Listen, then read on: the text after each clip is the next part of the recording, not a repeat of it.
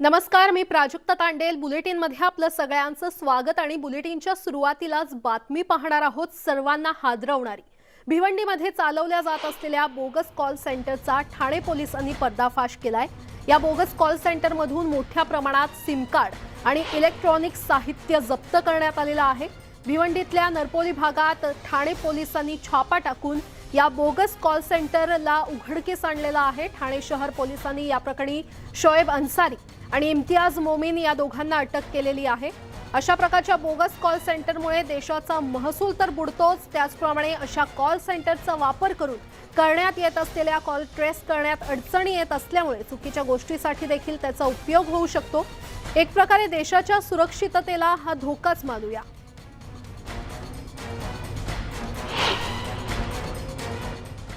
ये 3 SIM boxes, routers, SIM cards और laptop, ये सारी चीज़ें वहाँ मिली, जो कि एक इलीगल टेलीफोन एक्सचेंज होने के पूरे इसका अंदेशा था. इसलिए हमने तुरंत वहीं पे भोईवाड़ा पुलिस स्टेशन में सीआर नंबर 11/22 के तहत ऑफेंस रजिस्टर करके हमने इन्वेस्टिगेशन शुरू कर दिया. याबाबत अधिक माहिती देत आहेत आमचे प्रतिनिधी निखिल चव्हाण आपल्यासोबत जोडले गेलेले आहेत. निखिल, या बोगस कॉल सेंटरचा पर्दाफाश करण्यात आलेला आहे. तपासाअंती नेमकं काय समोर आले?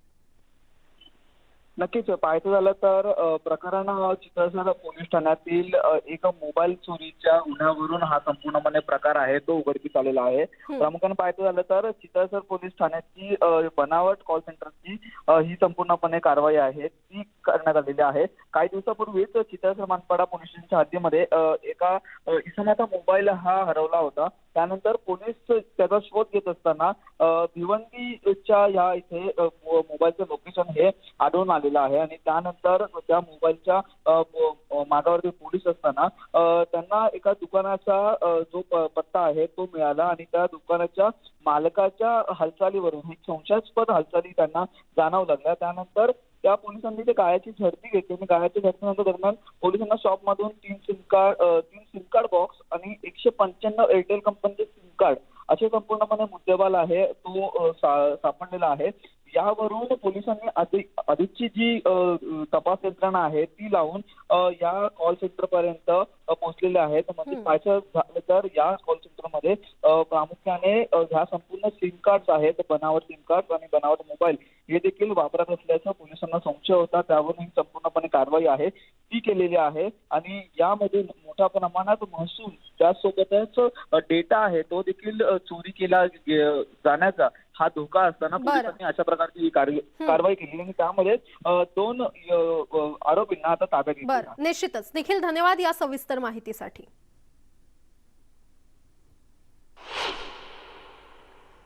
वळूयात पुढच्या बातमीकडे. धुळे महापालिका हद्दीतील बोगस लसीकरण प्रमाणपत्र प्रकरणी महापालिकेचे आरोग्य अधिकारी महेश मोरेसह 4 जणांना अटक करण्यात आलेली आहे. लसीकरण न करता लसीकरणाचं बनावट प्रमाणपत्र वितरित केल्याप्रकरणी ही कारवाई करण्यात आली आहे. या प्रकरणी कारवाई करावी यासाठी शिवसेनेनं पाठपुरावा केला होता. अखेर महापालिकेनं अज्ञातांविरोधात गुन्हा दाखल केलाय. अखेर तपासानंतर धुळे शहर पोलिसांनी 4घांना अटक केली आहे आणि महापालिकेच्या आरोग्य अधिकाऱ्याला या प्रकरणी अटक करण्यात आल्यानं आता धुळे महापालिका प्रशासनात एकच खळबळ उडाली आहे.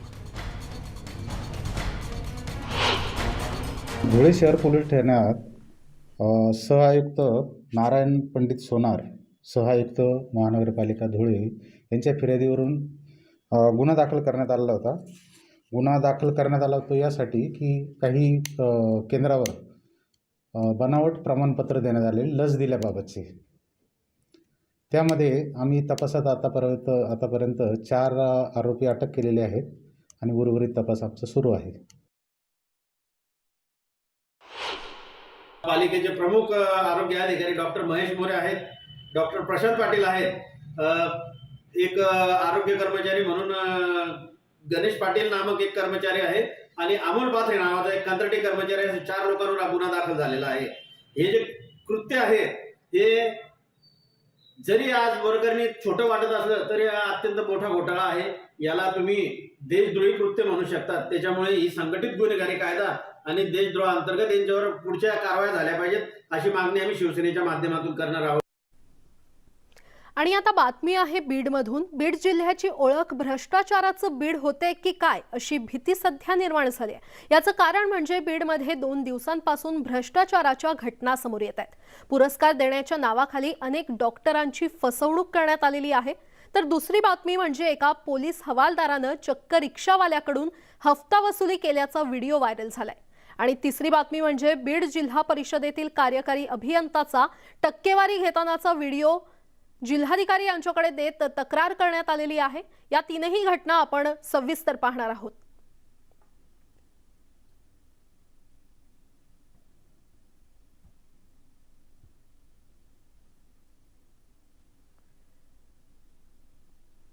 तर आपण पाहतोय कार्यकारी अभियंत्यानं लाच घेतलेली आहे आणि जिल्हाधिकाऱ्यांकडे या संदर्भातला हा व्हिडिओ सध्या देण्यात आलेला आहे. आणि त्याच पार्श्वभूमीवरच्या या तीनही बातम्या आपण सविस्तररित्या पाहणार आहोत. तर आपण पाहतोय बीडमध्ये पुरस्काराच्या नावाखाली डॉक्टर मंडळीला लुबाडणारी टोळी सक्रिय झाली आहे की काय असा प्रश्न पडावा अशी घटना समोर आली आहे. न्यूज लाईन मीडिया या संस्थेच्या नावानं बीड जिल्ह्यातील 40 हॉस्पिटलला पुरस्काराचं पत्र पाठवून स्वीकारण्यासाठी येण्याची विनंती करण्यात आली आहे. विशेष म्हणजे पुरस्कार वितरण राज्याचे आरोग्यमंत्री राजेश टोपे यांच्या हस्ते येत्या 6 फेब्रुवारी रोजी मुंबईतल्या YB चव्हाण सेंटरमध्ये केलं जाणार असल्याचा उल्लेख या पत्रामध्ये करण्यात आलाय. वैद्यकीय क्षेत्रातील डॉक्टरांकडून प्रवेश शुल्क म्हणून 20-20 हजार रुपयांची मागणी करण्यात येते. दरम्यान या प्रकरणी आरोग्य खात्यानं किंवा आरोग्य मंत्र्यांनी याबाबत खुलासा करावा अशी मागणी बीडमधील डॉक्टरांनी केली आहे. पत्रामध्ये नमूद करण्यात आलेल्या फोनवरती कॉल केला असता तो संपर्क क्षेत्राच्या बाहेर असल्याचा संदेश ऐकायला मिळतोय. पुरस्कार हे चांगल्या कार्यासाठी आपल्या पाठीवर थाप कुणीतरी मारावी या उद्देशाने दिलेली ती गोष्ट असते आणि या पुरस्कारामुळे आम्हाला अधिक नवीन काम करण्यासाठी ऊर्जा मिळत असते. परंतु बीड शहरातील जवळपास 40 डॉक्टरांना अशा प्रकारची पत्र या न्यूज लाईन मीडियातर्फे पाठवण्यात आलेली आहे. माझा अंदाज असा आहे की गुगल सर्च करून बीडमधल्या हॉस्पिटल्सच्या नावाने ही पत्र देण्यात आलेली आहेत. यामध्ये कुठल्याही डॉक्टरांचा उल्लेख नाही आहे, फक्त हॉस्पिटलच्या नावाचा उल्लेख आहे. आणि अशी पत्र सगळ्या डॉक्टरांना पाठवून प्रत्येकी 20,000 रुपये उकळण्याचा यांचा धंदा असावा असं मला वाटतं. आणि आता बातमी आहे बीडमधील पोलिसांच्या हफ्ते वसुलीची. बीडमध्ये पोलिसांचा हफ्ते वसुलीचा व्हिडिओ सध्या व्हायरल झालाय. माजलगाव शहर पोलीस ठाण्यामध्ये कार्यरत असलेले पोलीस कॉन्स्टेबल बाबू पवार यांचा एक व्हिडिओ बीड जिल्ह्यात चांगलाच व्हायरल झालाय. एका रिक्षावाल्याकडून पवार हे पैसे घेत असल्याचं या व्हिडिओमध्ये दिसतंय. पैसे घेतल्यानंतर पवार हे त्याची नोंद एका कागदावर ठेवत असल्याचं व्हिडिओमध्ये पाहायला मिळतंय. तर पैसे खिशात घालताना देखील यामध्ये दिसून येत आहे. रिक्षा चालकाकडून पोलीस हफ्ते वसुली करत असल्याचा आरोप करण्यात येतोय. पोलिसांचा त्रास सहन न झाल्यानं हफ्ता वसूल करणाऱ्या पोलिसांचा व्हिडिओ एका रिक्षा चालकानं कॅमेऱ्यात कैद केलेला आहे आणि हा व्हिडिओ माजलगावच्या रंगोली कॉर्नरवरील असल्याचं समोर येत आहे. याबाबत वरिष्ठ अधिकाऱ्यांना विचारलं असता दोषी आढळल्यास कारवाई करणार असं देखील त्यांनी स्पष्ट केलं.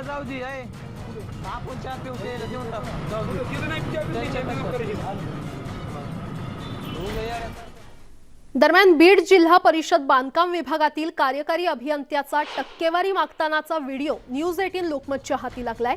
जिल्हा परिषद कार्यकारी अभियंता कार्यालयामधील हा व्हिडिओ आहे.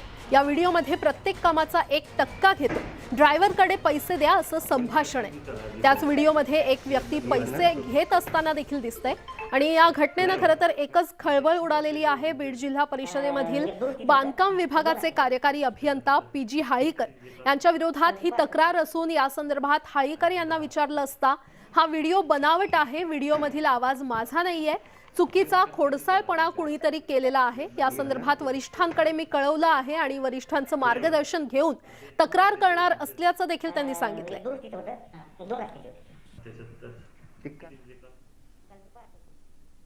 वळूयात पुढच्या बातमीकडे. अमरावतीमधल्या राजापेठ उड्डाणपुलावर आमदार रवी राणा यांनी छत्रपती शिवाजी महाराजांचा पुतळा बसवला होता. मात्र हा पुतळा अनधिकृत असल्यामुळे महानगरपालिकेनं परवानगी दिली नव्हती. आता यावरून अमरावतीमध्ये राजकारण पेटलंय. या पुतळ्याला अधिकृत परवानगी द्यावी अशी मागणी रवी राणा यांनी केलेली आहे. तर छत्रपती शिवाजी महाराज यांचा पुतळा बसल्यामुळे मनसेनं आमदार रवी राणा आणि खासदार नवनीत राणा यांचा सत्कार केला. या ठिकाणी अधिकारी असो काही राजकीय लोक असो, तर्कविरोध चालू होतं की अतिक्रमणालय काढतील, त्या ठिकाणी कारवाई करतील. पण मला असं वाटते छत्रपती शिवाजी महाराज आमचं दैवत आहे आणि त्या दैवताकडे कोणी जर डोळा जरी काढला तर तेवढी त्याची डोळे काढायची ताकद आमच्यामध्ये आहे. म्हणून त्या ठिकाणी आमचं दैवत म्हणून जेव्हा आम्ही त्या ठिकाणी सगळे लोक पूजा करतो, त्या ठिकाणी सगळे लोक आराधना करतो, त्याच पद्धतीनं सगळ्या एनओस्या या ठिकाणी महानगरपालिकेनं दिल्या पाहिजे. ज्या एनओस्या बाहेरून आणायच्या त्या आम्ही आणू. आणि आता बातमी आहे भाईजान सलमान खान विषयी. सलमान खाननं त्याच्या शेजाऱ्यांवर मानहानीचा दावा ठोकलाय. सलमानच्या पनवेलमधील फार्म हाऊस शेजारी केतन कक्कर यांचा भूखंड आहे. केतन कक्कर यांनी एका मुलाखतीदरम्यान सलमान खानबाबत आक्षेपार्ह वक्तव्य केल्याप्रकरणी सलमाननं केतन कक्कर विरोधात मानहानीचा दावा ठोकलाय. या प्रकरणी शुक्रवारी मुंबई शहर दिवाणी न्यायालयात सुनावणी झाली. दरम्यान सलमान खानच्या बाजूने कोणताही अंतरिम आदेश देण्यास नकार दिलेला आहे. त्यामुळे आता पुढील सुनावणी ही 21 जानेवारीला होणार आहे. तसंच या प्रकरणी न्यायाधीशांनी केतन कक्कर यांना उत्तर देण्याचे निर्देश दिलेले आहेत. तसंच कक्कर यांच्या वकिलांनी वेळ मागून घेतली आहे.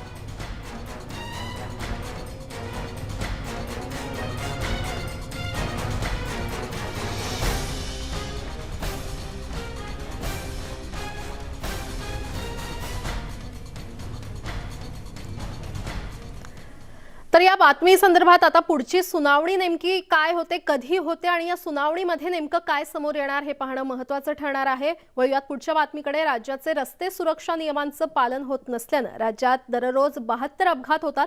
धक्कादायक म्हणजे यात रोज 32 नागरिकांना आपला जीव गमवावा लागतोय, तर 65 नागरिक हे गंभीर जखमी होत आहेत. 2021 मध्ये रस्ता अपघातात 20% वाढ झाली आहे. रस्ते अपघातामध्ये प्रवाशांचे प्राण वाचावे यासाठी लवकरच आता 8 आसनी वाहनांना 6 एअरबॅग या अनिवार्य करण्यात आलेले आहेत. मात्र त्याचवेळी वाढते अपघात कमी करण्यासाठी वाहन चालकांनी देखील वाहतूक नियमांचं पालन करण्याची गरज आता व्यक्त होते.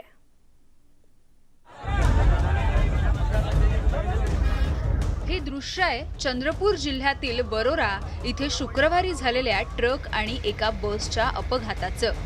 या दृश्यांमधून आपल्याला अपघाताची भीषणता लक्षात येते.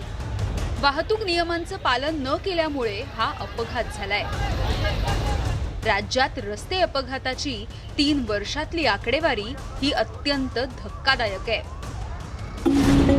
2019 मध्ये राज्यात 30,000हून अधिक अपघात झाले. यामध्ये 26,000हून अधिक जण जखमी झालेत, तर 11,634 जणांना आपला प्राण गमवावा लागला. 2020 मध्ये 21,988 अपघातात 17,525 जण जखमी झाले, तर या अपघातामुळे 10,107 जणांचा बळी गेलाय. तर 2021 मध्ये 26,284 अपघाताच्या घटना घडल्यात, ज्यामध्ये 20,528 जण जखमी झालेत, तर 11,960 जणांना आपल्या प्राणांना मुकावं लागलं. अपघाताची संख्या कमी करण्यासाठी सरकार कायदे करतात, मात्र त्या कायद्याचं पालन करण्याची जबाबदारी ही नागरिकांची आहे.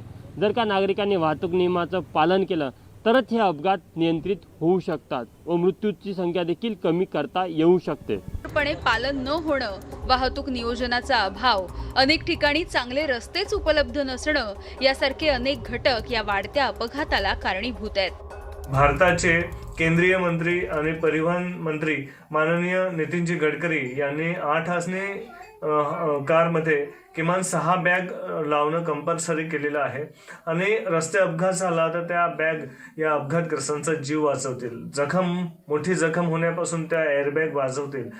यापुढे 8 आसनी वाहनाला किमान 6 एअरबॅग अनिवार्य केल्या गेल्यात. यासाठी GISRच्या अधिसूचनेच्या मसुद्याला मंजुरी सुद्धा देण्यात आल्याची माहिती केंद्रीय भूपृष्ठ वाहतूक मंत्री नितीन गडकरी यांनी एक ट्विट करून दिली आहे. कारमधील प्रवाशांच्या सुरक्षिततेसाठी हा चांगला निर्णय असला तरी वाहतूक नियमांचं पालन न केल्यामुळे जास्तीत जास्त अपघात होत असल्याचं या सगळ्या सर्वेक्षणातून समोर आलंय. त्यामुळे सगळ्याच वाहन चालकांनी जर वाहतुकीच्या नियमांचं पालन केलं तर अपघातांचं आणि परिणामी मृत्यूंचंही प्रमाण कमी होऊ शकतं. तुषार कोहळेसह bureau report, news 18 Lokmat, Nagpur. या बातम्यांसह बुलेटिनमध्ये वेळ झाले इथेच थांबण्याची. मात्र न्यूज 18 लोकमतकडून एक आवाहन. कोरोना अजूनही आपल्यातून गेलेला नाहीये. दिवसेंदिवस कोरोनाची रुग्णसंख्या वाढते, त्यामुळे घराबाहेर पडताना मास्क वापरायला विसरू नका. सॅनिटायझरचा वापर करत राहा. शक्यतो गर्दीच्या ठिकाणी जाणं टाळा. शासनानं घालून दिलेल्या नियमांचं पालन करा आणि ताज्या बातम्यांसाठी पाहत रहा न्यूज 18 लोकमत.